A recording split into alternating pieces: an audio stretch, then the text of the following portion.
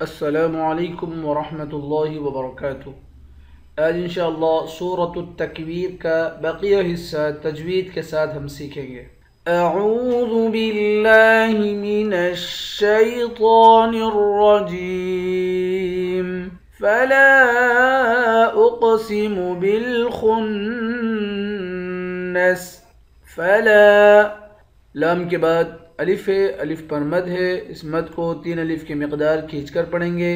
حمزے کو قاف کے ساتھ ملا کر قاف کو موٹا پڑھیں گے۔ قاف حروف مستعلیہ میں سے بھی ہے اور قاف حروف قلقلہ میں سے بھی ہے، یہاں پر اس کو موٹا کریں گے اور قلقلہ بھی کریں گے۔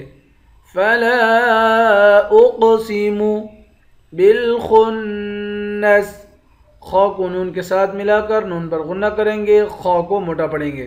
فلا اقسم بالخنس الجوار الکنس۔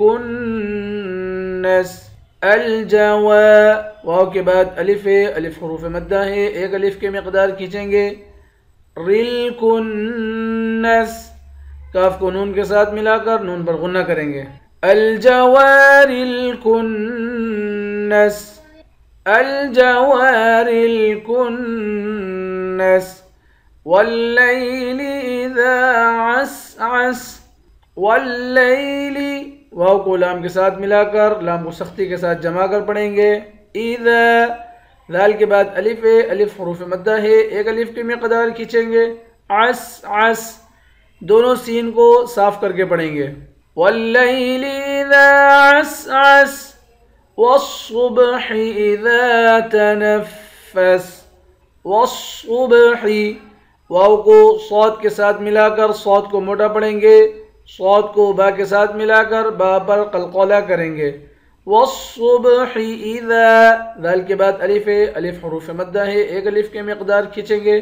والصبح اذا تنفس انہ لقول رسول کریم۔ انہ حمزے کو نون کے ساتھ ملا کر نون پر غنہ کریں گے، ہا پر الٹا پیش ہے، 1 الف کی مقدار کھینچیں گے۔ قاف کو واو کے ساتھ ملا کر قاف کو موٹا پڑھیں گے، را کو بھی موٹا پڑھیں گے۔ لام 2 زیر لن یہاں پر اخفا کریں گے، آخر میں میم ہے، میم ساکن ہے۔ انہ لقول رسول کریم ذی قوة عند ذی العرش مکین۔ ذی قوة ذال کو یا کے ساتھ ملا کر یا کو 1 الف کے مقدار کھینچیں گے، قوف کو موٹا پڑھیں گے۔ عند عین کو نون کے ساتھ ملا کر نون پر اخفا کریں گے، ذال کو لام کے ساتھ ملا کر پڑھیں گے، اسرا کو موٹا پڑھیں گے۔ میم کے بعد یا ہے، یا حروف مدہ ہے، 1 الف کی مقدار کھینچیں گے، آخر میں نون ساکن ہے۔ ذی قوة عند ذی العرش مکین۔ صدق اللہ العظیم۔